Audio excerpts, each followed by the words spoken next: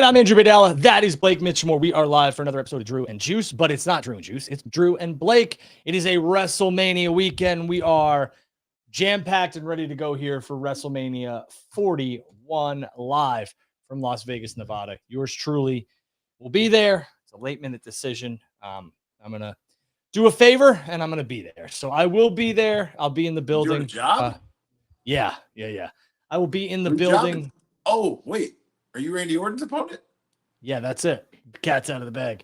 But it is a WrestleMania weekend. Collision is going on right now from that great venue in Boston. I thought the venue was fantastic. And we're going to speak on everything that is professional wrestling sports entertainment. We're not going to talk Aaron Rodgers. We don't know where he's going. Pat had him on his show. Seems like Aaron Rodgers is all but signed, sealed, and delivered to Pittsburgh. We'll have to wait and see. Blake, how the hell are you? I'm good, but, I got a question. I mean, this is 2 weeks now. What's the guy got to do to get his name on a graphic? Got to keep showing up, You got to keep showing up, and you got to keep producing, and you're doing a good job. But, okay. All right. Fair enough. We'll see. We'll have to wait and see what happens. Fair enough.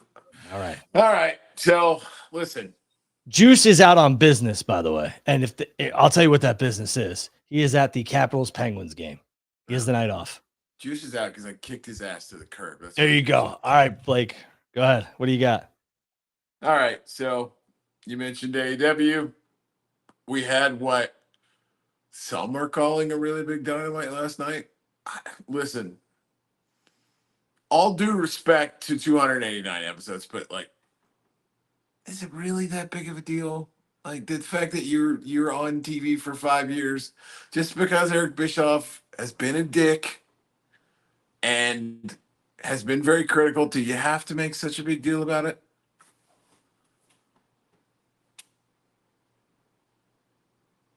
Is this a question?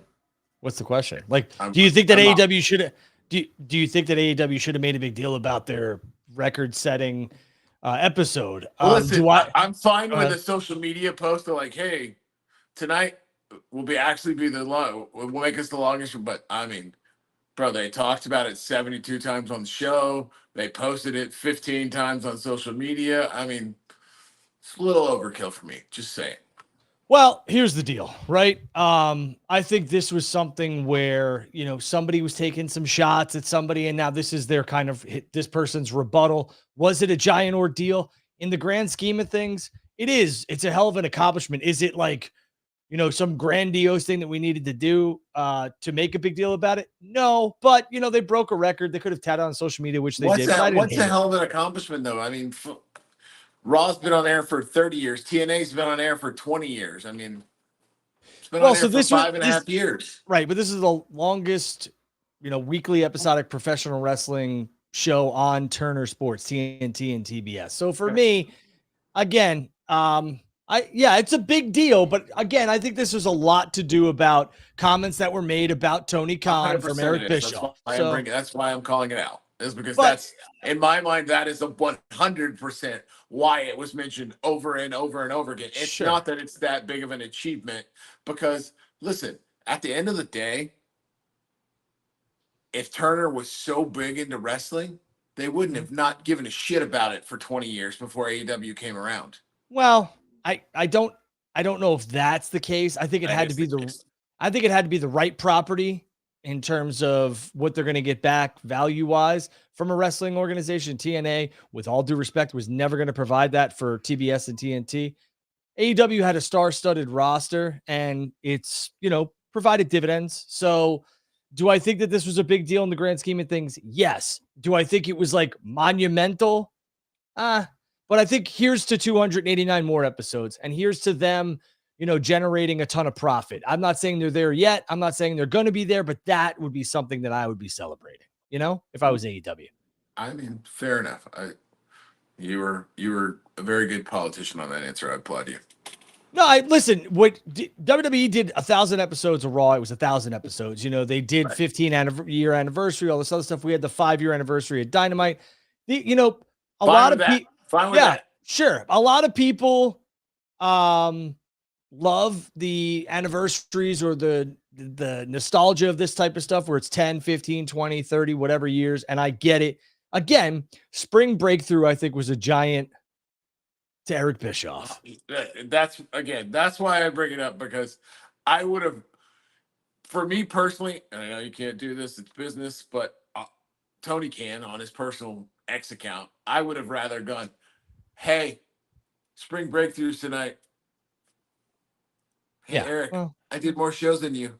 Yeah. Because that's what he did effectively. So, anyway, what a show last night, though. It was good. There's another. I'm glad you bring that up, because that's another. Like, I see a lot of people saying best Dynamite ever. Like, again, we just talked about it. How do you know? There's 289 of them things. Tell me, run me through the last 288 episodes and tell me why this one was the best one ever. I could tell you that the ones that stick out for me was the first one, obviously. I really like the ones with the homecoming, when they went back to dailies for Dynamite, I think for the first time since the pandemic. The Sting debuting on Dynamite episode, I think that was Winter is Coming from Texas, if I'm not mistaken. No, that was Daly's place. He debuted at Daly's place? Okay. Texas Winter is Coming. Winter is Coming show, but it wasn't Daly. Okay. It was a Daly's place. Those episodes stand out in my head, but I will tell you that I said it was for me, the most recent episodes of Dynamite. I thought that one stands out as one. I'll give you it's the best one in 2025 so far, without a doubt. Well, we're 4 months in. I think it's probably the best episode of Dynamite. Something episodes. Yeah, no, you're right. I'm just saying, I think that for me, that was one of the better episodes I've seen from top to bottom, I'd say in a year. So, yeah, I mean, a lot of the AEW Dynamites have not been what I would say that great in the last year. So I'd give you that. It was a really solid show. There were things that I didn't personally care all that much about, but there was nothing that I would say was like boring or not entertaining. And, that was a real like downturn in the show to where you were like, oh God. I thought to that point, I thought it flowed well. I thought the matches, the order, the segments, everything was just very, very well done. You could have had Will and Takeshita main event. They didn't because of the big trio title change, which a lot of people were like, it's really not that big of a deal, but it was the Death Riders. So for me, it was a big enough deal. But again, that Will and Takeshita match was unbelievable. They don't have bad matches, those two gentlemen. No. So you knew that was going to happen. But again, I thought last night was a pay-per-view on TV. And sometimes AEW's pay-per-views feel like a longer Dynamite. That did not. I'll go this far to that point. I would have rather watched last night as Dynasty. And Dynasty. Yeah, I think last night's Takeshita Ospreay you're talking about, or the episode in general? Just in general. I thought the show flow. I mean, obviously it's only a 2-hour show, so it's not gonna, but between the opening match, the Takeshita, which I didn't like the finish. Like I didn't like Mercedes won again, but like the match was great. Yeah. I'm with you. The match, even the ending match. I mean, there was a lot good. I'm just saying, like that was a show that felt bigger in a lot of ways. I mean, there was a world title match on Dynasty, so I don't want to like speak in super hyperbolic terms, but that show felt bigger than a large portion of what Dynasty did. A Dynasty was also a 4-hour show. This was 2 and change. I get where you're coming from. It's 3 and change or whatever. It's like 359 or something. And this was 2 and change. I could cut 5 matches off of Dynasty and put the matches from last night's Dynamite on it, and it makes it a way better show. I think the sweet spot is, for me, whether it's pay-per-view or whether it's PLEs or whether it's television, is 2.5 hours for me. A 3 is just pushing it. And then once you get past 3, it's kind of like, But again, I thought the show was very, very well done last night. The Mercedes Athena match was very, very good. I liked that we had a winner. I didn't want some bullshit ending, because at the end of the day, I differ from you there. Well, we got it. We got to get to Mercedes and Tony Storm. Now, I'm not saying I don't care if they go this way or they go that way. Do we have to? Is that the best way to go? I think agree with you. That's where they're going, but is that the best way to go? I think you have to have this match. I don't know how much longer Mercedes has on her deal. And let's just say, she doesn't come back to AEW. You got to have the match, right? And it's the biggest stage that they're going to have in North America. Well, I'll say the United States, because they did Grand Slam at Arthur Ashe. Big deal. They had over 20,000, I believe. So this, if they could get it there, will surpass that. And this is the largest North American show that AEW would have. So yeah, you got to have your big matches there. I mean, Moxley and Will Ospreay are having a match there, so, right? How many fucking belts does Mercedes need? That's not what we're talking about, though. I mean, you're not. I don't want to see it. Well, I think you got to have what's the biggest, if you're going to do this, and I really don't like to do this. I don't like to play the fantasy booker shit. Listen, I'm with you. I know where you're going. It's the biggest possible match you can on what they're calling the biggest show in the history of the United States. I get it. But what would you like Mercedes to do at that show? I would have done some kind of finish that you could have moved to Athena and Mercedes, because Athena's from Texas. So you could play into that at that show. Mercedes cheated, though, didn't she? She rolled up the tights. Shit, I don't know. Yeah, I think so. I don't know. Right. I know people know what happened in like 97 in July of Nitro. I have no idea. I don't know if finished that well already.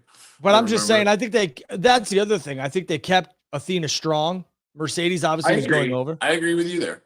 Yeah. And again, I enjoy professional wrestling and sports entertainment. I'm not going to sit back and nitpick and critique everything. Number one. Me neither. Look, at the end of the day, it is what it is. If you ask my personal preference, I'm over this Mercedes running AEW. You and a lot of other people.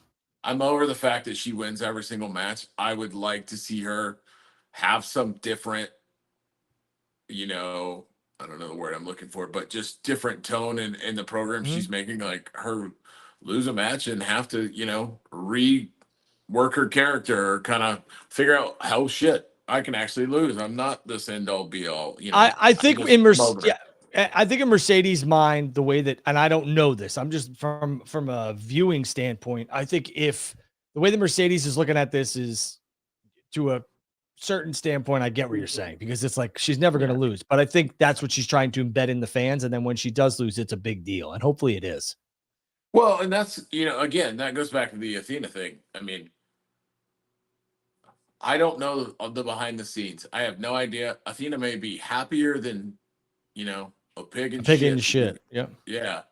In Ring of Honor. But for me as a fan, bro, putting her on that where she's never on AEW TV is such a miss, because she is so much better than that, and somebody that they could, I don't want to say use as like the bell cow of the division, but could be a mainstay in the division, and somebody that is a very, highly used talent. So that's kind of what the impetus of why I would like to see that, because like, it's just, I liked her from her WWE days. And listen, I've got criticized on shows like this before, but I don't watch all the wrestling that's out there. I don't watch ROH. And so I don't ever get to see Athena unless she's on Dynamite. So I catch Athena when she's on Dynamite Collision or the ROH pay-per-views. I'm with you. I do not watch ROH weekly television that's on Honor Club or whatever it is. And you could, remove my fandom card or whatever you want to call it. But I just don't, there's just so much wrestling to consume. So, right. Okay. And there's just too much wrestling to consume. So that's why I don't do it. But I really like Athena as a character, as a wrestler. I think she does a fantastic job. And I think if she does end up being the one to dethrone Mercedes, whether it's for the TBS title or maybe the AEW World Women's Championship, I think it's a big deal, because I think Mercedes is more than likely going to beat Toni Storm. I would assume it's their biggest pay-per-view. Yeah. She's gotten to do. She's ran through everybody. I would assume she's going to run through Toni. And then, the only issue with that is then Toni's got to get away from the title for a while, because she's been a 4-time champ. We don't need to see her be a 5-time champ anytime soon. All right.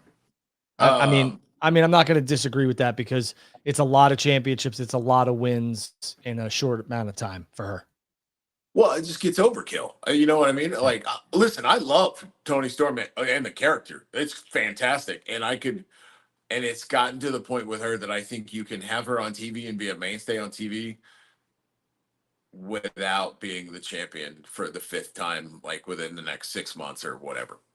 All right. So a couple things, more Dynamite topics before we move on to, what's the big thing of the week. Dude, I know a lot of people criticize it, and I think maybe I could be wrong. I think maybe you've even had a. We are going to get into our WrestleMania predictions. I'm not trying to cut Blake off. I see the comments. This is going to be a show that's in long form dedicated to WrestleMania. Go ahead. Yeah. I think you've even had issue with it, and I know others have. Man, I love this Max Hurt Business stuff. I think it's fantastic. I think it's so entertaining, the dynamic between the two, him and that group. I'm here for it. I know most people want Max in the world title picture. They want Max to it. I thought that segment last night was great. Listen, I didn't hate last night's segment. I thought it was funny. It's good. You need that on a wrestling show. It's best served when it's a variety show. So I dug it. I really don't hate what's going on with Max and the Hurt Syndicate. Seems like MVP's all on board and they're going to watch him and blah, blah, blah. And Max really wants this, but Max does nothing without a purpose. So we're going to find out what the ultimate purpose is. And it gives Bobby, Shelton, and MVP something different besides just running roughshod over the tag team division. So it works. It's a main event player. Those two, Bobby and MVP are very, very, main event-esque level talent. Shelton is as well.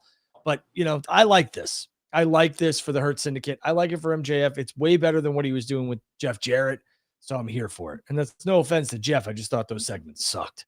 So, you don't talk about Jeff like that. Right. JEFF. Yes. He's the chosen one. Mm-hmm. All right. So we got a lot to talk about. So it's the chosen one of Acclaimed, which if you haven't heard is back. Okay. Oh, the video game company. He's on the board. That's right. I had to think for what you meant for a second. So main event.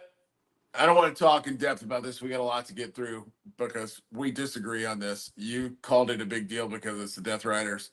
Yeah. I think the Trios Championships don't mean shit in AEW and sure. haven't since probably the Elite versus the Death Triangle back in those days. Very good. But and I also, going back to the beginning conversation of the show, I thought it was hysterical that after all this scoreboarding of Nitro and Eric Bischoff, they did a Nitro ending to end the show. They mimicked when Lex Luger won the title in 1996 with Hulk Hogan. A lot of people didn't pick up on that, so it's a good eye on you. Yeah, I thought that was hysterical.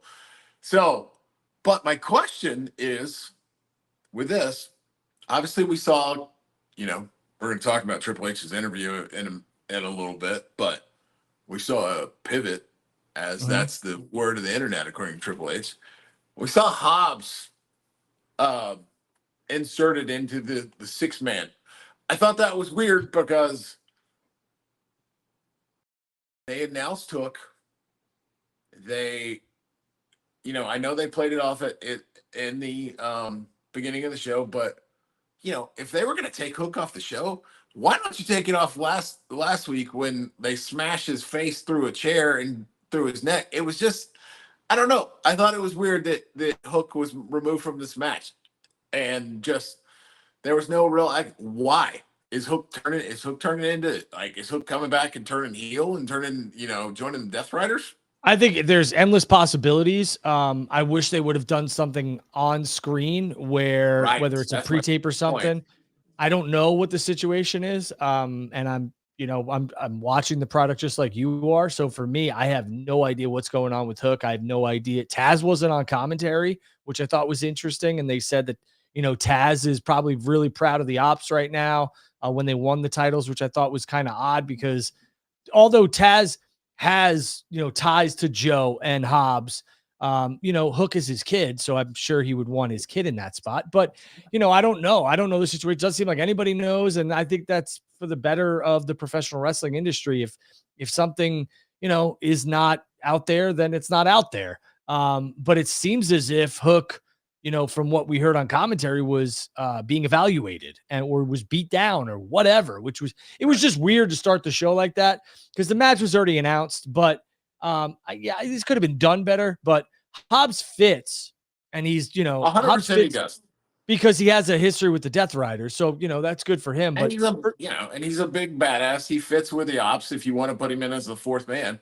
But part of the reason why I highlight this is not to just, and it is a big deal, Blake. It is because the Death Riders, go ahead.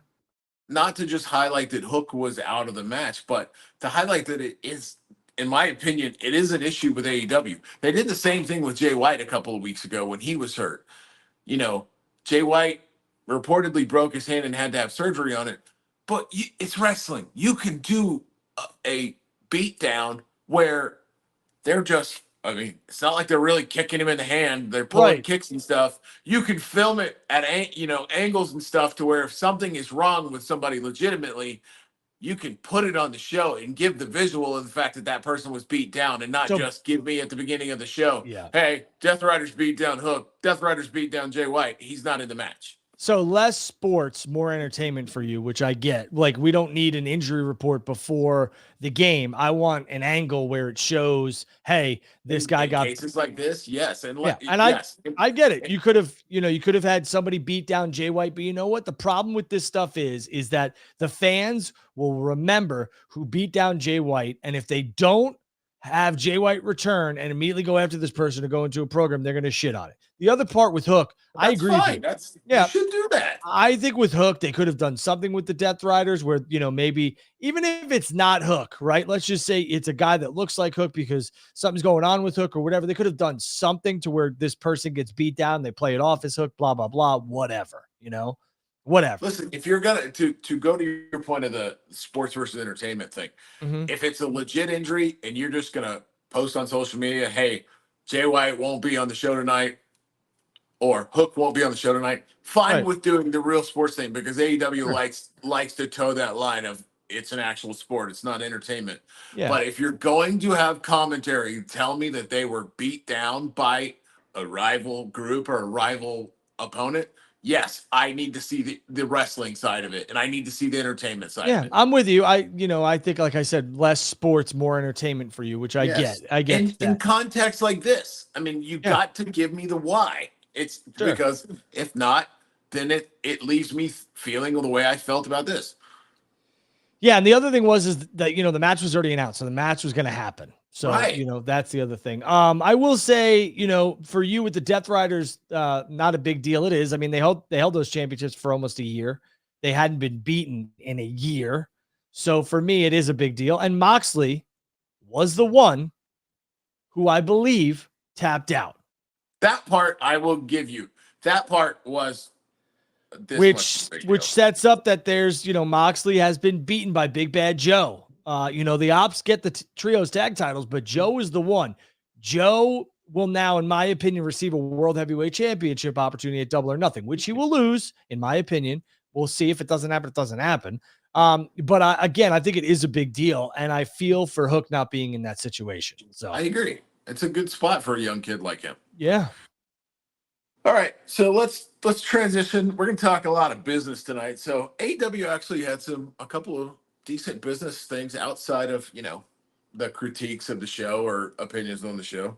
AEW announced a couple of dates in really big buildings in Europe, which I thought was interesting choice. And obviously, if they do well there, great for them. But they're running the O2 in London for Forbidden Door, which is the same building WWE runs, where they run consistently between like 17 to 20,000 when they run there. I think they had Money in the Bank there, right?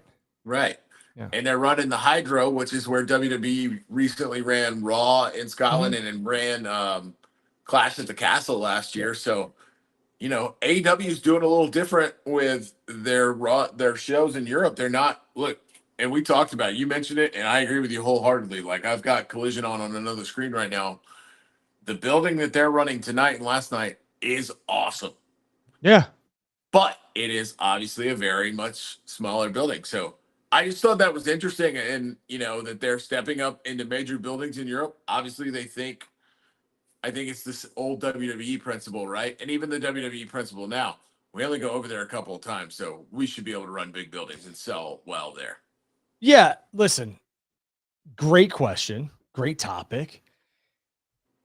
AEW can only benefit by trying the international market, and they did. I believe it was Wales, right? Where were they? I think so. Yes. Okay. They've done Wembley, so it's smart. Those fans are starved for the most part from actual live wrestling. Right. They have their wrestling at like 3 a.m. or whatever, because everything's based off the East Coast and the United States and everything else like that. So I think this is a really smart play by AEW.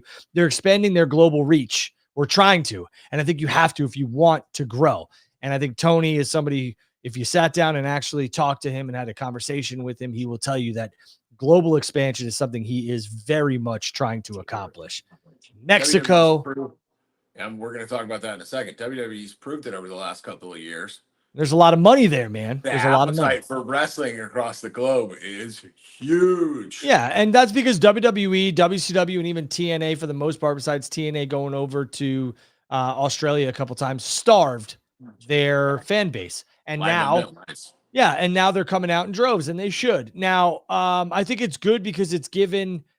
They're getting a break from a lot of what they're getting, Forbidden Door. There really isn't anything going on in London from now on until Forbidden Door, which is about 3 to 4 months. I think it's 4 months exactly.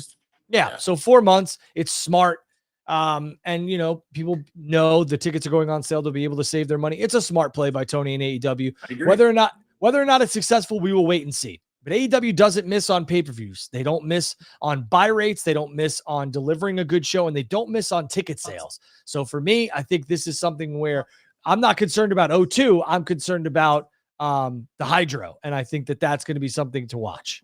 See, I think I'm the opposite because I think the Hydro is a decently smaller building by like 5 to 7,000. So it would be a lot less of a conquest to sell the Hydro well than it would be though to I'm going to tell you right now, it seems like Mox challenged Joe at the start of Collision tonight. That was somebody who just put that in the chat. So there you go. I did not see that. I haven't watched Collision yet either. I will tell you that I believe that this year's Forbidden Door is going to have some new involvement. And I think that international flair and that international versus in terms of star power will absolutely propel them to damn near close to a sellout. I think. Listen, I hope so because I mean, they're running up against a unfair. I want to be clear about that standard that they're going to be held up against, which is WWE's ran that building 3 times recently and they sell 18. That's going to be the response from the fans. So I hope they do really well there. I don't want them to not sell well because that's going to be the immediate response if they don't. Yeah. You mentioned Mexico expanding the international and global reach. They announced a show in Mexico, which obviously is good from what we talked about.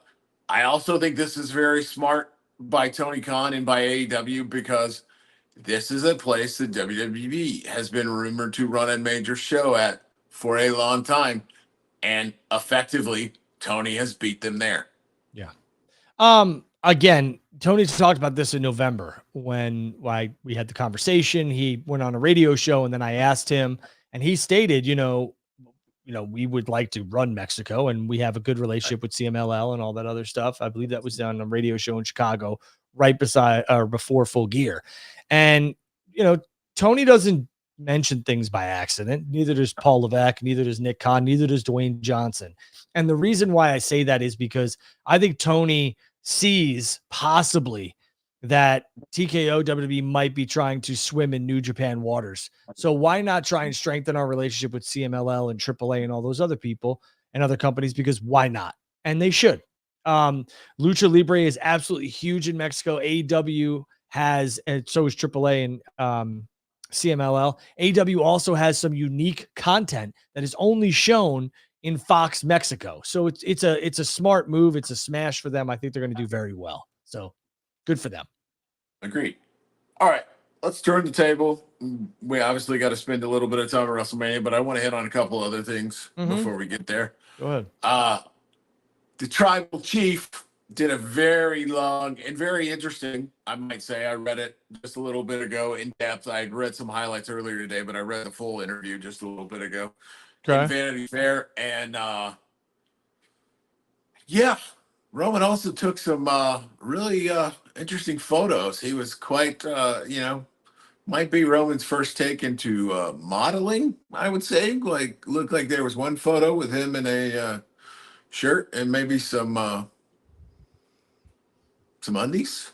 It's kind of weird, but hey, whatever works. I mean, it was, it's very in line. If you've ever looked at a Vanity Fair article or a Vanity Fair feature article. Very in line with other photography that's in that, but Okay. still very weird to see, your hard ass like tribal chief, big 6'4", 250-pound badass wrestler doing that kind of photo shoot. So it was interesting. But listen, I'm not going to talk about in depth about Roman's political opinions. It shouldn't matter to you either. Who gives a shit? Who gives a shit what your freaking favorite professional wrestler, who he voted for, or who he backs? The interesting thing to me, the big takeaway from that was. Can I say something real quick on that? Real quick. Yeah. I don't care who my friends vote for. 100%. I judge people the way that they treat other people and the way that they treat me. That's how I will judge you. I will never judge you on your political, religion, or sexual preference. I never. But I will tell you this: if you treat people like shit, you're a shitty person, or you're obsessive, or you're gross and you're rude, I will judge you on that. 100%. I feel the exact same way. I can sit here and honestly tell you I have friends that are hardcore right wingers, and I have friends that are what some people would call radical left wing. And sure, they're still my friends. Yeah. Just because we don't have the same political opinions. I don't judge people by that, and I think it's stupid, which is why I don't want to get into what I want to get into, though. And what I think the biggest takeaway from a wrestling perspective from this interview was the days of the tribal chief might be over sooner than later.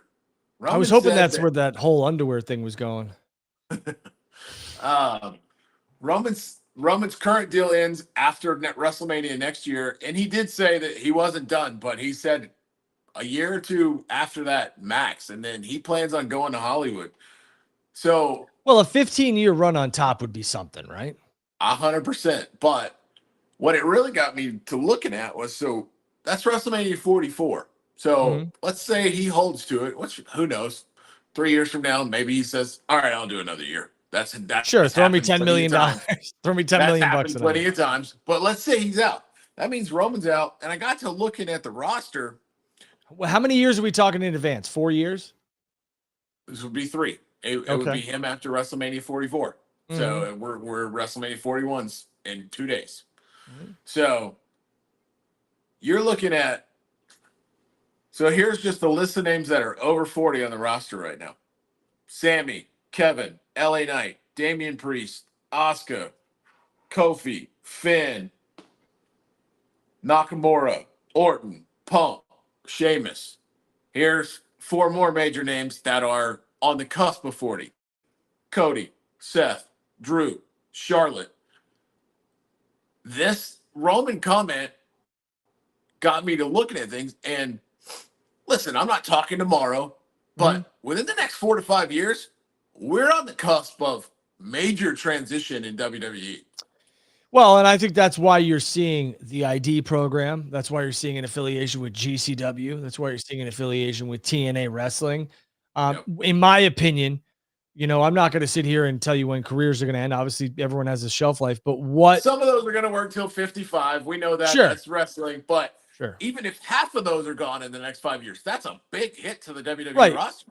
What I'm saying, and you're right, and with the reason I'm saying what I'm saying is because the WWE is starting to build almost like a Major League Baseball farm system where you have single A, double A, triple A, and then the WWE.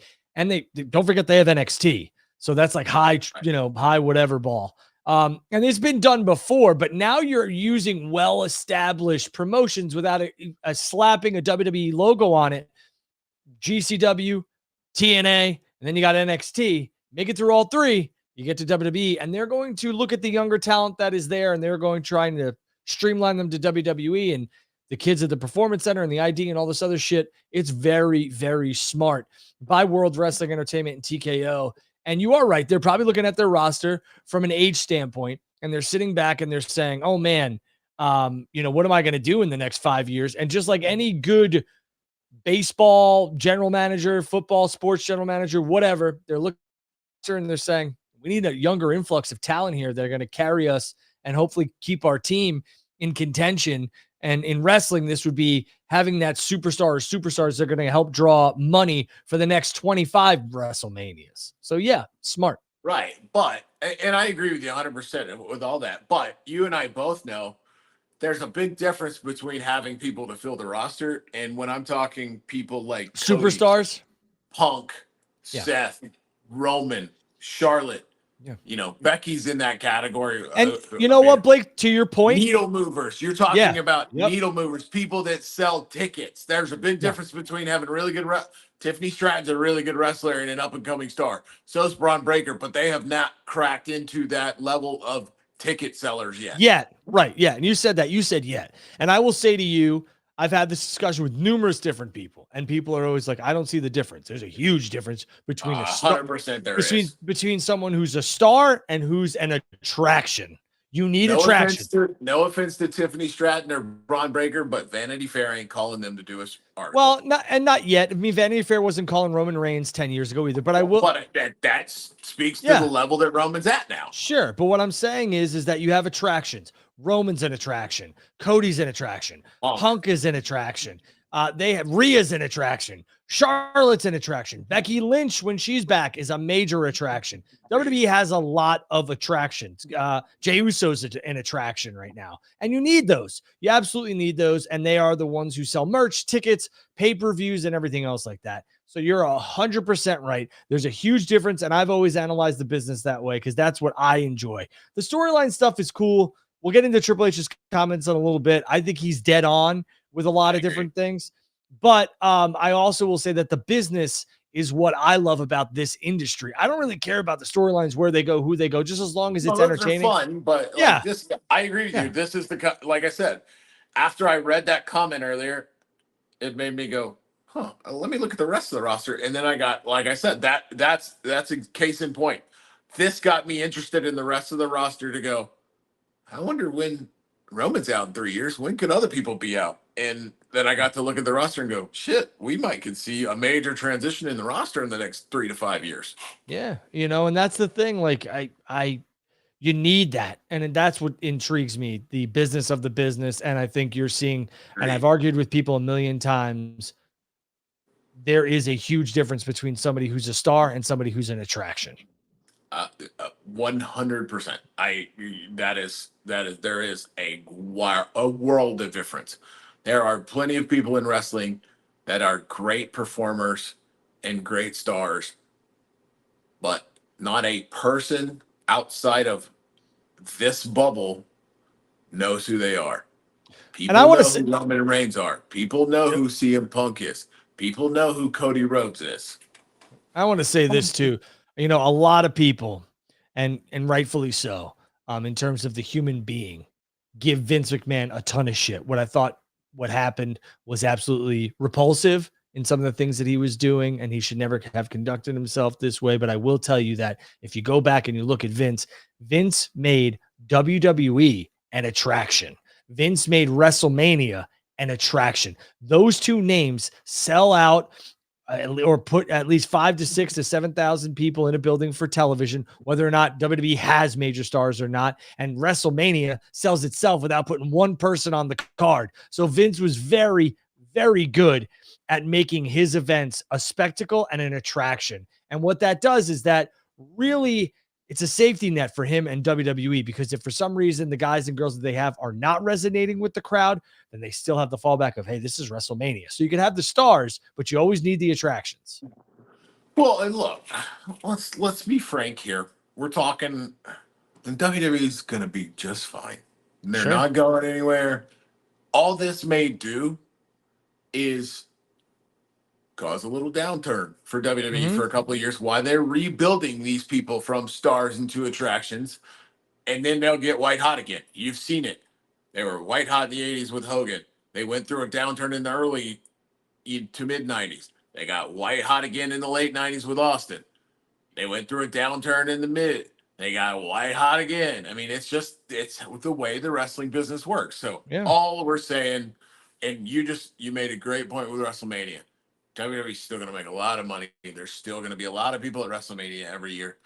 We may go through a period of time where we're not hearing about, we set the biggest gate record every single event, or we sold out 37 times this year at TV, because they may not for a little bit as they start to rebuild this crop. But enough on that. I just found that really interesting as I started to really dive into the Roman article that, man, WWE might be in for some transition a lot sooner than we thought. All right, you mentioned Triple H. Obviously, I want to talk a little bit about the week WWE has had in the media. It started with Nick Khan and his comment on the Bill Simmons podcast, which, look, I watched it, so I saw Nick's face. Yes, Nick was taking a shot. He knew he was taking a shot. It is what it is. AEW's taking shots at WWE. WWE's taking shots at AEW. That's just the world we live in as far as wrestling right now.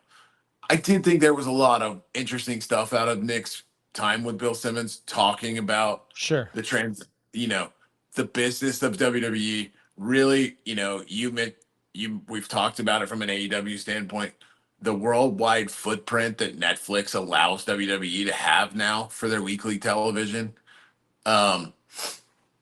So it's worth a listen, if you can put down your AEW pennant and your, Tony Khan bobblehead and just listen and not get offended by the comments.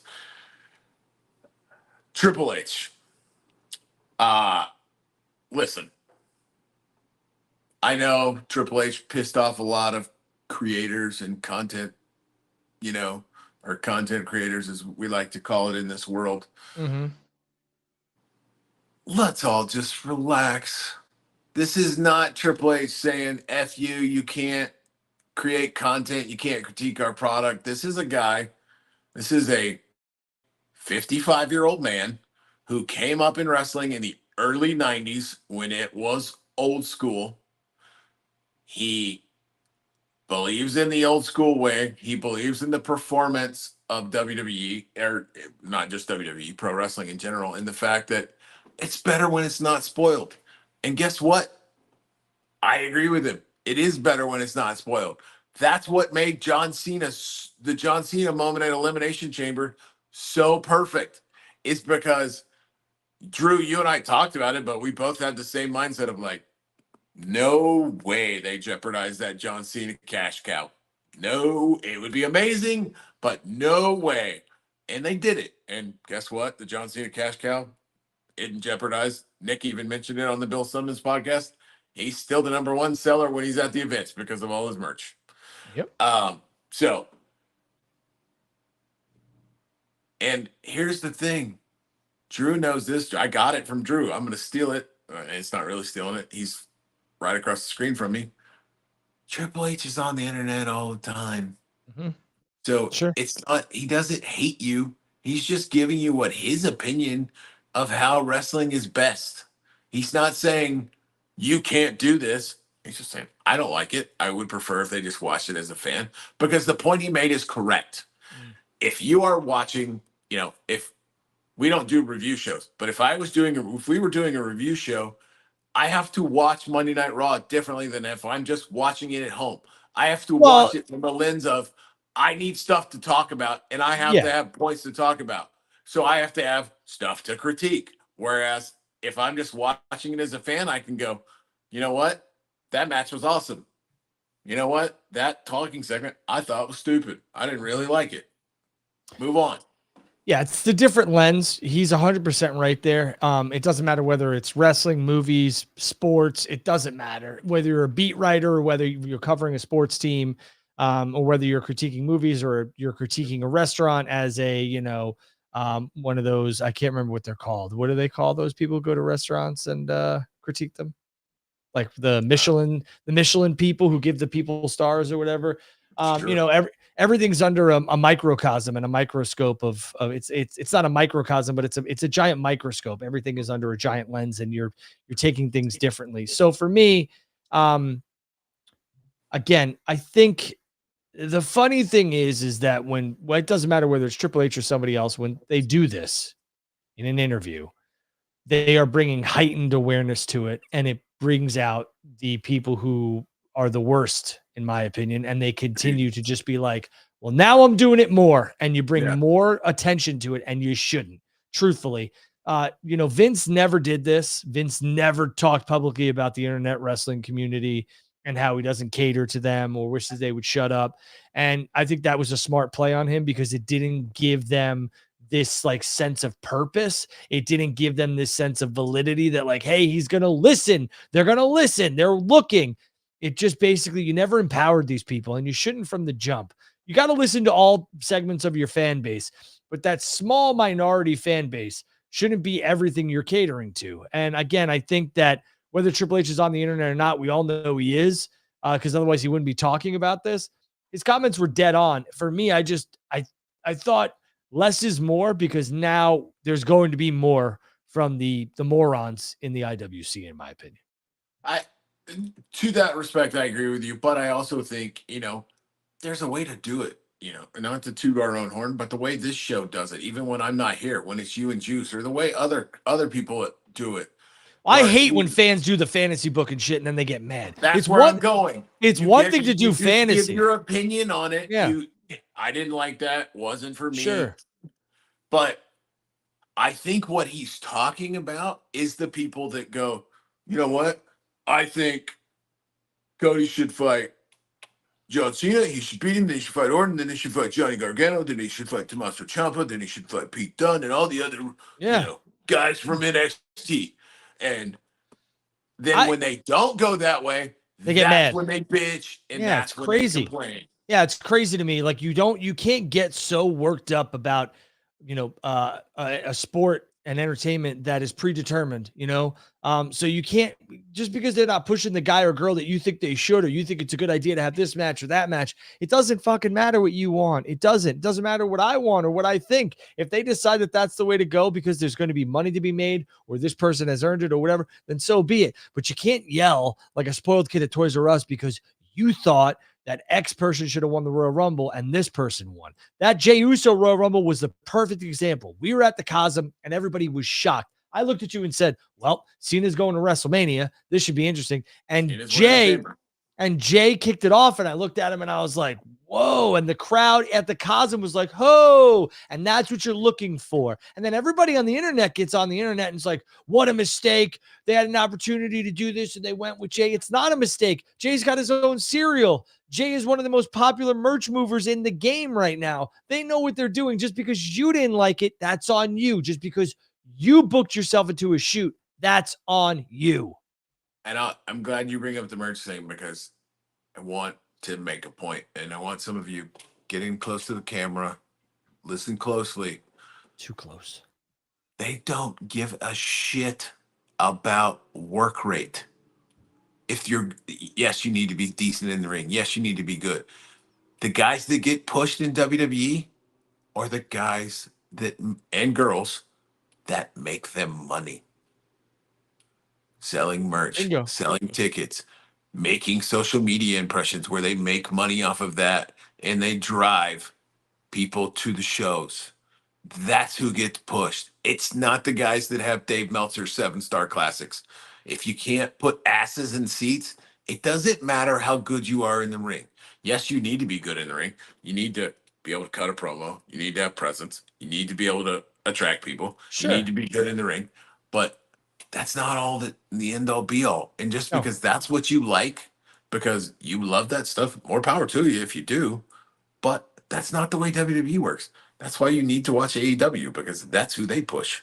Exactly. And that's the thing. Just because, you fantasy booked and it didn't come to fruition does not mean that it was bad. It doesn't mean that it's not going to work. It doesn't mean that it's not good for business. You got to stop doing that with stuff. Fantasy booking is fine, but as long as you don't get mad when it doesn't come to fruition. Right. It's like a lot of people clamor to be first and to be right and all that other stuff. Nobody cares. Nobody gives a shit. Exactly. Last thing on the WWE media front before we get into, in depth into WrestleMania. Obviously, WWE announced a couple of really high profile podcasts this week. Cody's getting one. Steph's getting one. Steph's first episode already launched. I think this is a really cool way. I've watched every episode of Steph's Places on ESPN. I think it's really good. I wish the episodes were a little bit longer, because the interviews are really short at 25 minutes with all the other stuff they do. But I think she's really good at it. And I'm interested. I haven't listened to it yet. Our first episode with Dana White. I'm interested to listen to it because I think she could be really good at that. And I also think this is a really getting Steph involved on the media side and things like this, whether it's having her own interview show, having a podcast, is an interesting and really, in my opinion, creative and awesome way to get Steph back involved in being a player and a presence in WWE without her having to be a day-to-day executive, which it seems like she doesn't want to do right now. I think anybody with the last name McMahon right now is kind of off limits. That's just my opinion. I don't know that to be fact. That's just my opinion. I think Steph could get back in based on, but I don't know that she probably wants to well, I think, and probably a lot of it is because of that. Right. I'm not saying it's a order from TKO. I'm just saying I think Steph is probably like, all right, this is going to take some time. Let's let this take some time. I could still be in it without being in it. And I think that's what she's doing. And I think WWE getting into the podcast market is brilliant.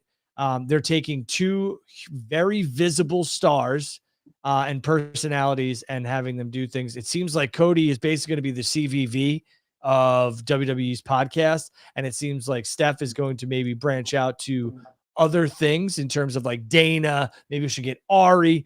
Maybe we should get some other people. Ari Emanuel. I'm sure she'll do wrestling too. Yeah, I'm sure she'll have plenty of wrestling people. But yeah, the fact that she branched out, I think, is really good. And I think, like I said, I think she's going to be really good at it. And I'm a big Stephanie fan. Yeah. And I think it's a really, like, I'm glad that she is, you know, all the Vince stuff. And I know she stepped away on her own. Mm-hmm. But I'm glad to see her kind of folding back into WWE because she was somebody out of the McMahon, thing. And I was like, man, it kind of sucks that Steph's gone. And now that Steph is coming back, even if it's in this role, it's not day to day, it's in a media capacity. But just Steph being back with WWE is a good thing. I agree. I would agree wholeheartedly. And I think Stephanie and the show is going to do wonders. When Steph's Places airs on ESPN Plus, I'm always like, I wish there was a little bit more. Now we're going to get a little bit more. So here you go. Exactly. Yeah. All right. WrestleMania. We know I have spend the last 20 minutes on this right now. So guys, buckle up. I have it written down here, but I think we've got a spoiler. You're Randy Orton's opponent. You're going to do a job at WrestleMania, and you mentioned it at the beginning of the show. Before we get into matches, it's been reported, not by WWE, so take it with a grain of salt, but it seems like the opening matches for Saturday and Sunday have been revealed. It is Jey Uso and Gunther on Saturday. Go figure. But I'll be honest, I'm a little surprised by the Sunday match. What's the Sunday one? The Sunday match is reportedly the women's triple threat title match. I would have thought, in the same vein of Jey and Gunther, maybe you open with LA Knight and Jacob Fatu, so you get the LA Knight entrance on Sunday. Sure. Here's the thing with the WrestleMania Open, the opening matches, and I know you're well versed in this. It's a coveted spot. A lot of people are like, well, if you're not gonna end, you want to open, and they're right. And the boys and girls, if you ever get a chance to talk to them, not saying you, I'm talking about people watching, will tell you they'd rather open or close than be stuck in that middle or semi-main or whatever. So the Jey Uso Gunther match opening is smart business. The crowd is going to be absolutely electric off their feet, and it's going to be a great visual. And then the women's triple threat, if that's what happens, I think is a good one too, because again, those three women can absolutely go, and that's going to get the crowd off their feet for Sunday, because you're going to end with John and Cody. And I think that's going to be a little bit of a match where it's not going to be a technical masterpiece. It's just, I think there's going to be a lot of brawling in that one. I think, going back to the Triple H interview, I think Triple H said that perfectly at what that match is going to be. What did he say?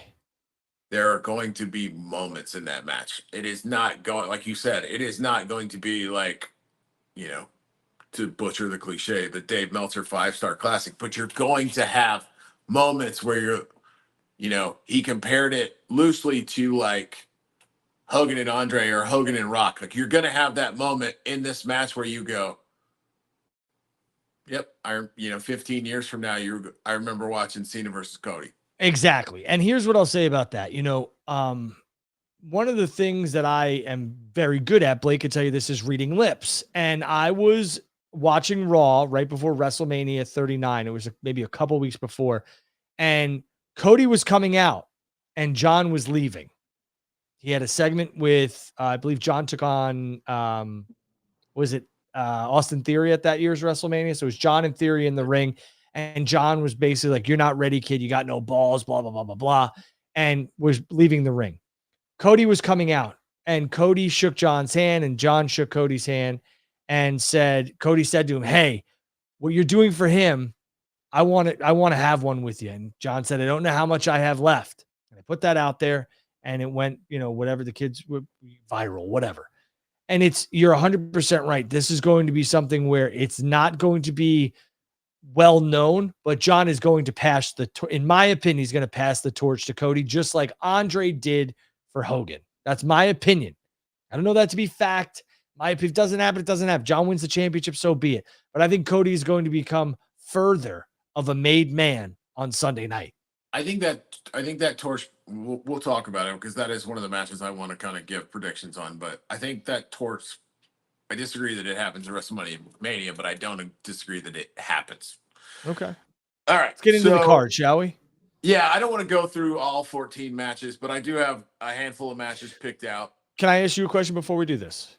Yeah. Yes or no on a Rock appearance?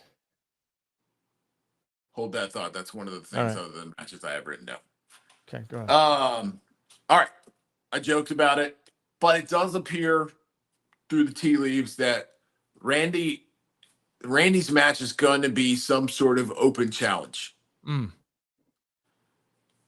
Which would lead me to believe more than likely it's somebody coming back in that mindset, or maybe a Nick Aldis still, but I don't think it's, I think a lot of people coming out of Friday thought it was going to be Solo. It doesn't appear that's the direction they're going to go, which I personally like, because I think we're getting Solo inserted into a Jacob Fatu feud. So him having a match with Randy just doesn't fit for me. In that vein, let's say it's Nick. It's somebody returning. We've heard rumors that Rusev is already under contract. They're playing promos for Aleister Black without naming Aleister Black yet. Give me who you think who is, if it's Randy's an open challenge, who's his opponent? So here's what I think they could or should do. It's just me, having the fun aspect of doing this. I think Nick Aldis comes out, right? So Randy's in the ring and Nick's music hits or whatever. Nick just comes out and he's got a microphone. He goes, "Randy, your open challenge has been answered." And he starts to unloosen his tie, maybe does one of this. And then he comes back to his microphone and says, "By this man." And that, because people are going to be like, "Oh shit, it's Nick." And then all of a sudden it's not Nick. I think it could be Solo. I think it could be Rusev or Miro. Well, Solo. All right. I'm going to say this. Solo has not had a WrestleMania singles match yet. 39, no. 40, no. I'm just telling you, with what they've done with Solo the last few months, Solo would be lame. All right. Well, what I could easily see Miro or Rusev or Aleister Black. So yes, I do believe that. Yeah, I think it's very possible. But I think they're going to tease the Nick Aldis involvement. I like that. I don't hate that at all. I think that's highly possible. I would like to see Nick, because Nick's like, I don't guess. I mean, I don't really check Nick out on a weekly basis, but you sure? I mean, I might start after what I'm about to say. I guess it was last week. Him standing in the ring with he's about one of the only sons of bitches that stands up to Randy size-wise right now. Nick's huge, dude. Here's the problem with Nick, and it's not like it's a problem. Nick is a decorated champion. Nick probably looks better than half the roster. 100% he does. So that's a problem when he's a general manager, though. Well, I agree. So, all right. So I think at this point, I would say maybe it does turn out to be Solo. I will say that I would prefer that it is a Rusev or an Aleister Black. I'm probably going to go Rusev just because I feel like Rusev is going to be the type of character in WWE that he can take a loss and it's fine. Yeah. And Randy needs to win, because I think Randy's, whether it's Cody or John, Randy's obviously going to main event Backlash because it's in his hometown. So Randy's going to win that match. He should. Yeah, I would agree. All right, so we're gonna hit a couple of highlights. We'll save the main event for last. Okay. Obviously, world title match. I think we both think not a chance to Jey Usos not walking out world champion. Yeah, Jey Uso's been dressed in all black recently, which is interesting. But I will say that I think Jey wins the championship, and I think him and his brother reunite with a big hug and a big celebration. Maybe Rikishi, their dad, maybe ringside or around or whatever. They've involved the family. This is a good spot for Rikishi, who could be sitting ringside to give his sons a hug after the big win. So yes, I think Jey Uso gets the championship. Speaking of Jimmy, I saw some speculation from internet types that potentially they could run back Jimmy and Jay, trying to like fix that clusterfuck of a match that was the wrestling. Think there's any chance of that? I would say that I think that Jay will probably run into a rematch with Gunther at Backlash, and then I think he could be in a program with Braun Breaker shortly after that. So no, I'm gonna say I no. don't know that I love that. I think Braun is 100% going to be pushed into the World Heavyweight Championship. I don't know that I love that unless you're putting the belt on Braun. I think they will. Then I'm all right with it. I think Jay holds it until the summer. Yeah. All right, let's hit both women's world title matches. Let's do triple threat first. I'm going Rhea. I think they took the championship off of Rhea to give Io the shine, and I think they're going to give it right back to Rhea. I'm really torn on this one because I feel like that. I'm leaning that way, but the story that they've told tells me Io. All right. So I'm going to say Io for the sake of predictions. We don't have the same thing, but I could very easily see Rhea winning the match, and you being correct. All right. Charlotte versus Tiffany.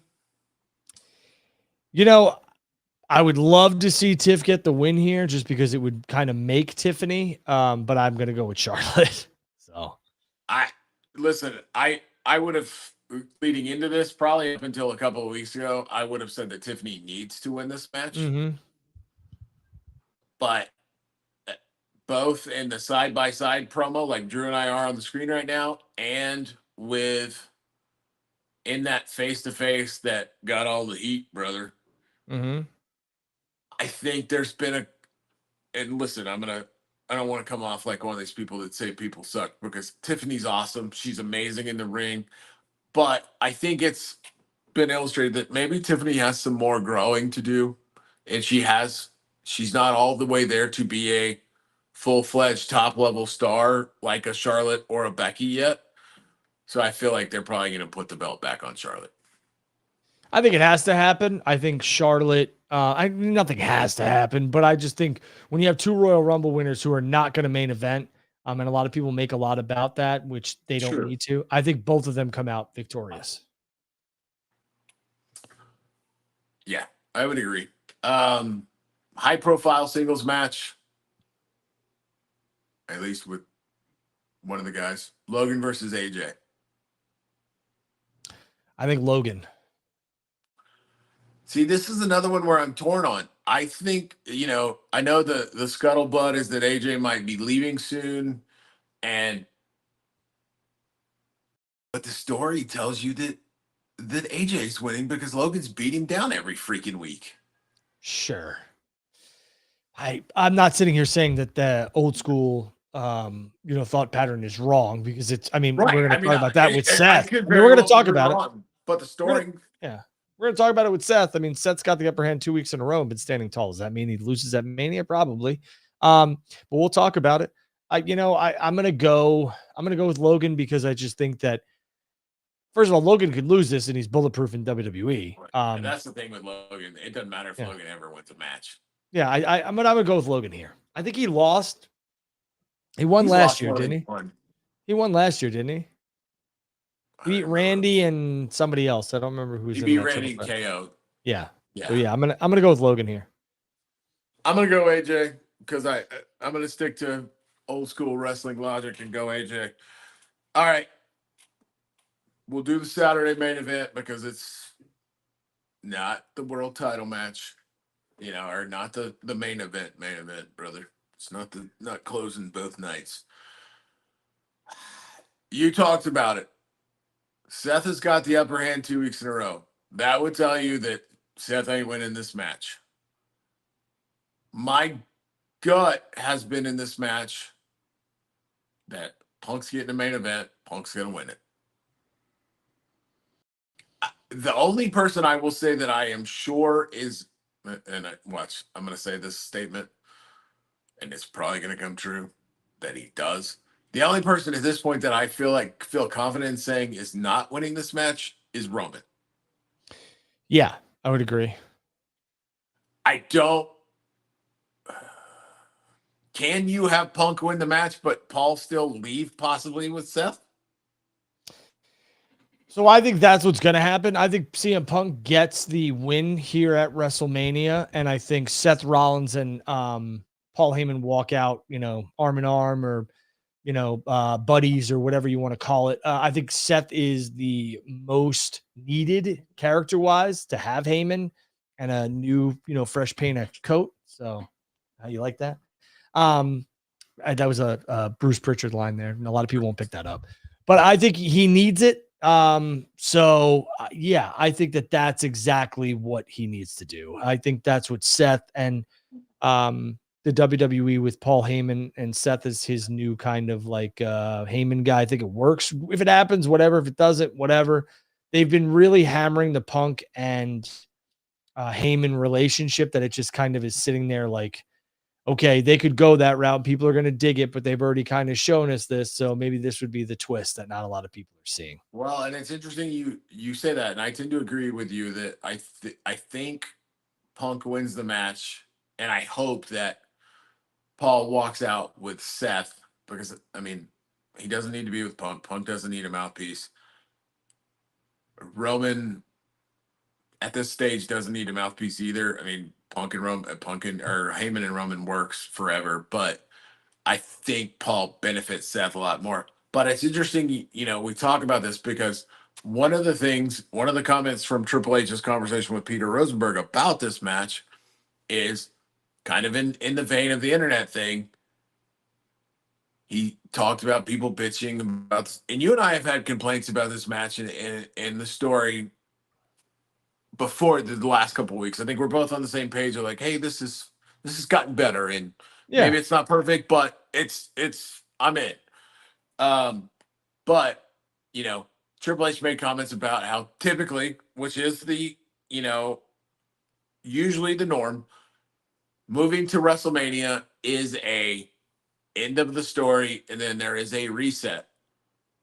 But maybe in this instance with these guys, this is just the beginning of the story.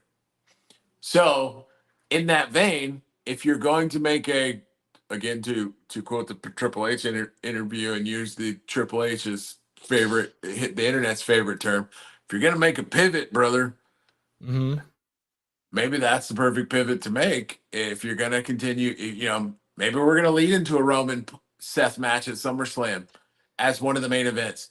If Heyman is now with Seth, that helps you down that path. Yeah, I could dig it. I could definitely dig it. And me and you had talked about it. Like, this whole thing is basically like, who's Paul Heyman's best friend? Like, who's Paul going to align with? That's basically what it seems like the match is all about. And we asked for maybe a little bit more in terms of like, well, I wish this had a number one contendership attached to it or whatever. I think they've done a really good job with the Heyman involvement. They made this kind of must see, they being WWE. So that's why you let stories play out. And again, I like the Roman and Seth, kind of parallels that you're drawing there. And I could see it. I could definitely see it. I think that would make a lot of sense. Like, that's my wise man. And now Seth's going to be like, now I have all the power. Like, you are nothing without your wise man, et cetera, et cetera. So I like it. We'll see. I could see it. And, you could even, to that respect in doing that, you could even, maybe Drew comes involved somehow in some way, but you could even do some kind of Cody Roman tag team match. This year it's Punk and Roman have to coexist and team together because they both got betrayed by Paul. There's plenty of different ways you can go out of this, is the point I'm trying to make. What would be crazy, Blake? The more I'm listening to you speak, I'm starting to think a little bit here. Could you imagine like a new dangerous alliance where you have Punk and Rollins under the Paul Heyman umbrella, kind of like a two-man power trip. That'd be crazy because these two hate each other. Absolutely hate each other, right? That's what we're all led to believe. And now they're joining forces. Are you kidding me? That would be that type of stuff. Yeah. Yeah. I mean, I think there's a lot of ways to go from this, but I think it starts with, and I think something is happening based on, like I said, the Triple H comments are like, maybe this is the beginning of the story. This is not the end of it. This is the beginning. So something's going to happen to kick it off. And hopefully that is Heyman betraying Punk and Roman. And I think you go off the air Saturday night with Punk and Roman looking at each other, looking at Heyman, giving you that, wait, hold on. He's not with you. He's not with me. He's with this fucking guy. Yeah, I could dig it. I don't hate it. All right. Before we get into the main event, you mentioned him earlier. Let's talk about Dwayne. Mm-hmm. We know Travis Scott is going to be there. Triple H has confirmed that. And it's his freaking song is the theme song of Mania. You didn't really. I wouldn't be surprised if Travis performs on Sunday. I wouldn't. And there has been, some comments and some quotes about the slap and that there's a receipt coming. So Travis is going to get involved. So I have two questions for you on that front. You asked me, and I'll answer before you give your answer. Yes, I think we see Dwayne. And then I'm going to ask you another one because he's going to be there. He's at the Hall of Fame. He's going to be on Pat McAfee's show tomorrow morning. Do we see who we were supposed to see last year in the main event, but he didn't make it to Philadelphia? We see Stone Cold Steve Austin involved this year in the main event of WrestleMania as well. I think without a doubt, I think Stone Cold was supposed to be involved. He talked about that last year at WrestleMania 40. I think you could easily see if The Rock is trying to play a factor into this Cody John Cena match, if he's going to be, interfering or whatever. I think Austin is the guy to maybe help out Cody Rhodes. So yes, I think Cody has Austin, and I think Cena has Rock. So I'm expecting an appearance by both. If it doesn't happen, it doesn't happen. But I'm expecting one. Yes. Yeah, I would agree. I think that's going to happen.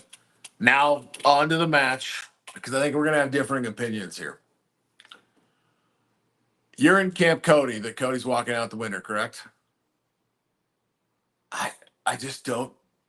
I think John's got to win this match, man. I think that the moment you're talking about, the pass the torch moment, I think that potentially happens down the road because I think I'm of the mindset. Where? John's last show. Where does it happen? Okay. John's last show. Because I think you're getting, and you mentioned it, and it's not just you, the conventional wisdom has been, well, John Cena and Randy Orton wrestled 597,000 times in their career. That needs to be Cena's last match. I don't, as of right now, April 17th, I don't think that's Cena's last match. I think Cody is Cena's last match. And I think you're getting heel John Cena, world champion, defending against Randy in St. Louis. I think, and here's the reason why. And listen, again, we've talked about this. See, Cody wins. I'm good. Don't really care that much.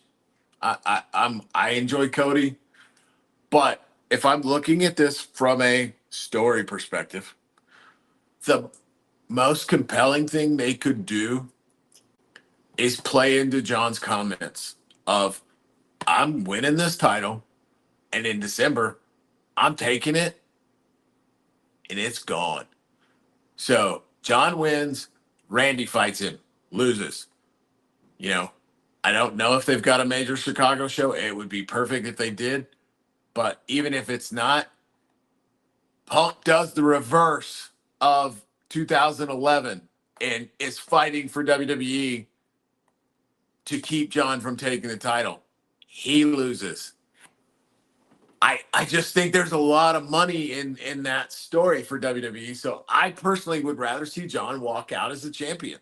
Well, I mean, if they're going to do, what you just laid out, which was elaborate, and I hope you don't fantasy book yourself into hell, but I will say that I know you don't care either way.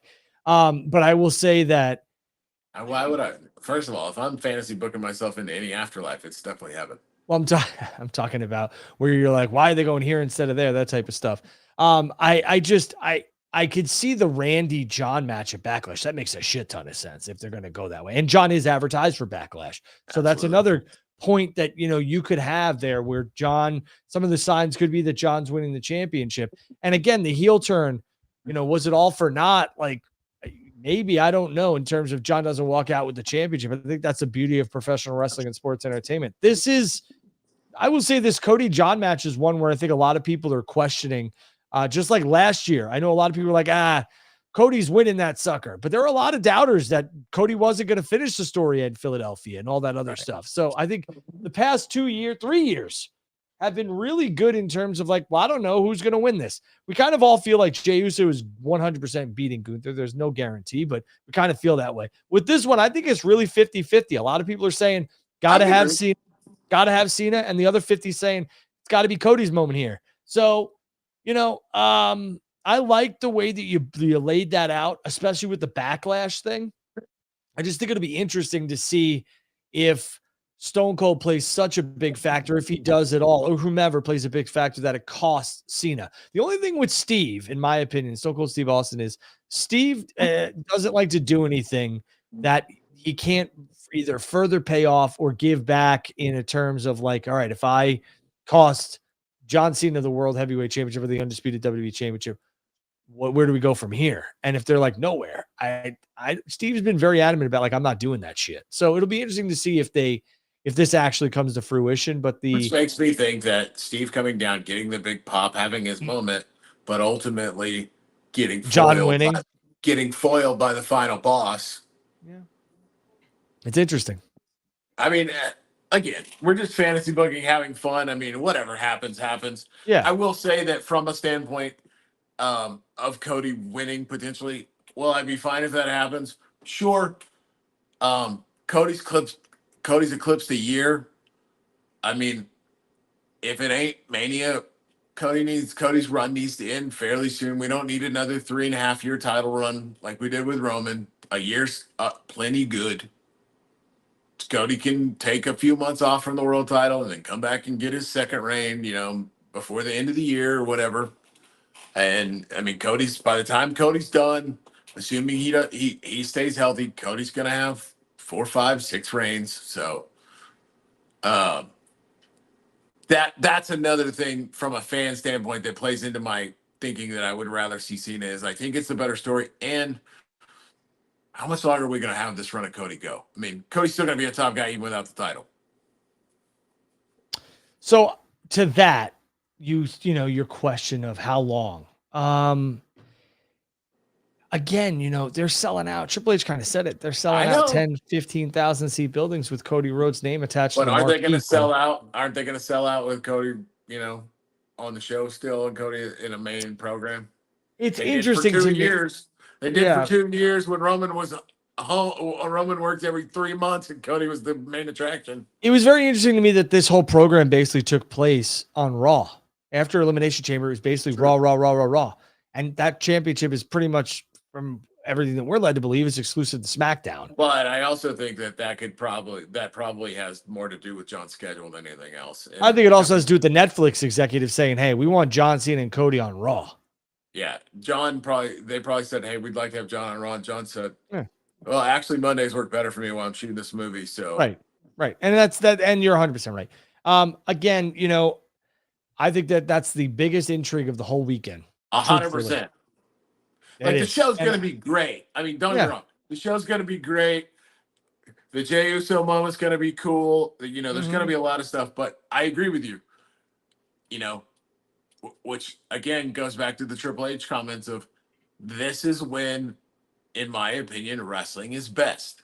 Yeah. When there is something on the show where we're sitting there going,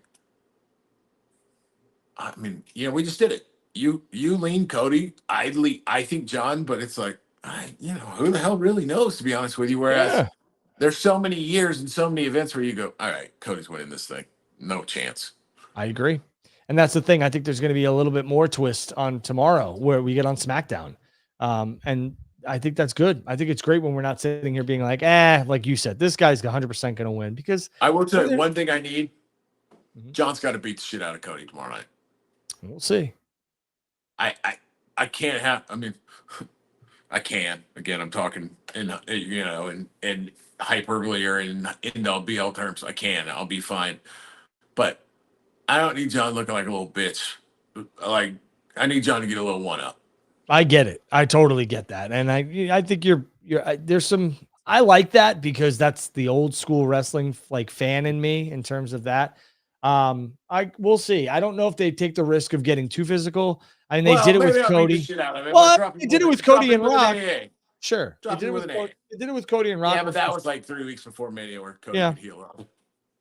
The interesting thing about a lot of things that have transpired or, taken place during this whole week has been the Travis Scott collaboration, in my opinion, with WWE. We knew it was coming, but he dropped a lot of exclusive merch and some Travis Scott Cactus Jack shoes and trading cards and all that stuff, which is basically like almost signaling like Travis is going to have a major involvement in WrestleMania. And I think it's going to be involved in the main event. I think, I think you're going to, he's going to be, I mean, the one thing I will say that I don't know that I love about this match, and again, it's going to be fun, but I think this match is going to mimic last year's main event.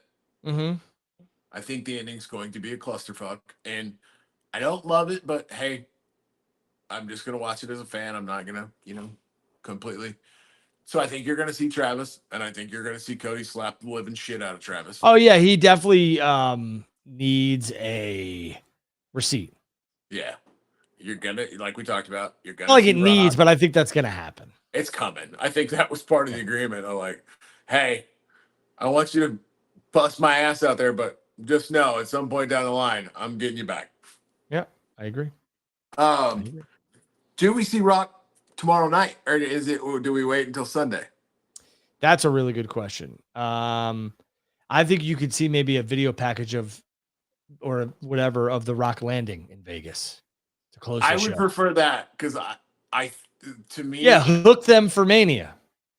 Well, and I think if Rock shows up tomorrow night, again, it's going to be awesome. Love whenever the Rock's on TV. I'm a self-admitted huge Rock mark, but I got a closet full of his freaking merch in the other room. Under Armour merch, not wrestling merch. All right. But I think the moment Sunday night where that music hits is a lot bigger if he's not on SmackDown. I agree. And that's why I said show the plane, show him pulling up into Allegiant Stadium, whatever he's got to do. Let the people know that The Rock will be there. He's got his own emoji on X. He's going to be there. And I think that will, oh shit. Also, between me, you, and the, let's see here, the over 300 watching right now live, that would help move a lot of tickets on Sunday. Just saying. All right, Blake. That is anything a good else? point. Anything else on the agenda? Close the show. Nope. Yeah. That was it, man. Yeah, man. I mean, the Rock, even a tease will move the rest of the tickets that need to be moved. 100%. So we'll see. I'll ask you this, and then we'll do our, promos and our goodbyes here. One shock that you think could happen at WrestleMania, if you had to, what is it? What's a shocking moment? Austin? I would say Austin. Austin shows up in the main event since we know he's gonna be in Vegas. All right. I am going during the melee. You hear the glass break because it doesn't like the other one. I would say is Becky, but it doesn't feel like Becky's gonna be there. The good thing about Allegiant Stadium is there's a roof, so the roof is going to help hit the sound for Austin's massive pop because if it happens. We were in Dallas, and I mean, the place, AT&T Stadium is large. The sound goes up, but you could hear those people coming unglued for Stone Cold. So I'm here for it. We are the most live watched on X right now. So we appreciate that very much. There's a lot of competition out there, and we thank you very much. Blake, you have done a fantastic job for Juice, who is out for 2 weeks in a row. That is unacceptable behavior, but I appreciate it. Fire his ass. Yeah, maybe. I would love to do some more shows. We will do some. Where can everyone subscribe, and follow you? Right there. Name's on the screen. Right there. You can follow me at Andrew Badal. I'm on X, Twitter, whatever you want to call it. I'll be in Vegas. I figured it would stick out as much Yeah, as this. right. Bing, unless things change, but I don't think they're going to. There we go. That's better. There you go. I will be in Vegas. Keep it locked to my socials. Keep it locked to Blake's socials. Final Bell Media. Hit that bell for notifications so that when we go live, you will know. I want to appreciate everybody who jumped in here. There was a lot in here. I'll answer one or two questions here, and then we're going to get off the air. Does Mariah May join the WWE? Anything can and will happen. I think it will determine the determining factor will be obviously what she wants to do, but it's going to also be if AEW decides to offer her a lot of money that she can't turn down. I think that's where she'll end up. Blake? Yeah, I would agree. I mean, it does seem to feel like that is where the tea leaves are heading, but Tony Khan has not made his final offer yet. There you go. There you go. I think that's it. If anybody has a question, quick. Oh, here you go. Good question, because I wanted to talk about this. We didn't get to question. How would you book the men's IC title match? I'm having Dom win the IC title and go into a program with Finn for the next 2 to 3 months. That's what I do. Braun doesn't get pinned though. Breaker does not get pinned to lose the IC title. I would prefer that. I would say that it's either one of the it's that's the finish. It's just a matter of who cheats to beat the other. The only two options, in my opinion, are Dom beats Finn by like a quick roll up, or Finn beats Dom by a quick roll up. And either way, it leads to those two feuding. I heard somebody mention it, and I don't think it's crazy that you could go the other way where Finn cheats to beat Dom, because I think the fans are Dom's starting to go from the person that everybody just hates to the person that the person that the fans love to hate. And so Dom could have a little bit of a babyface run if he wanted to. He could. He definitely could. But I would like to see Dom win the match. Yeah. I will tell you another thing that was just announced today is AEW is going to run the Theater of the Clouds in Portland, Oregon. It's a really cool venue right next to the Moda Center. So good on them. That's a 4,000 to 6,000 seat building. So good for them. I want to say it's a Dynamite. I don't know, but that was just announced. It is Summer Blockbuster. Maybe it's a special 4-hour live TV special. AEW Dynamite Summer Blockbuster. So there you go. I will say this about AEW real quick before we get off the air, and in the terms of that. Listen, we all know why they started running smaller venues. They were having trouble selling tickets in the bigger venues, and it was looking bad and sounding bad on TV. It was the smart business decision. But what they did that they could have not done, they could have just found smaller typical arenas. What they've done with the venue they played last night, and there's been a couple other ones, it sounds like this venue you're talking about, they are getting into like concert halls and theaters and stuff that gives the show a completely different feel aesthetically. And it's made their show, from a visual standpoint, feel a lot better, and it's far more interesting to watch. So I applaud Tony and Cochet and whoever on their team that makes those decisions, because they could have just taken the easy way out and gone to arenas, but they're going to unique venues, and it's really giving the show a cool feel. I would tend to agree. Good job all around. All right, Blake, this was fun. We should do this again, which we will. I'm at Andrew Badal. That's at Blake Mitchmore. Catch us both on social media. Again, Final Bell Media for all of your professional wrestling and sports entertainment needs. Make sure you like, subscribe, and follow. We will catch you guys after WrestleMania.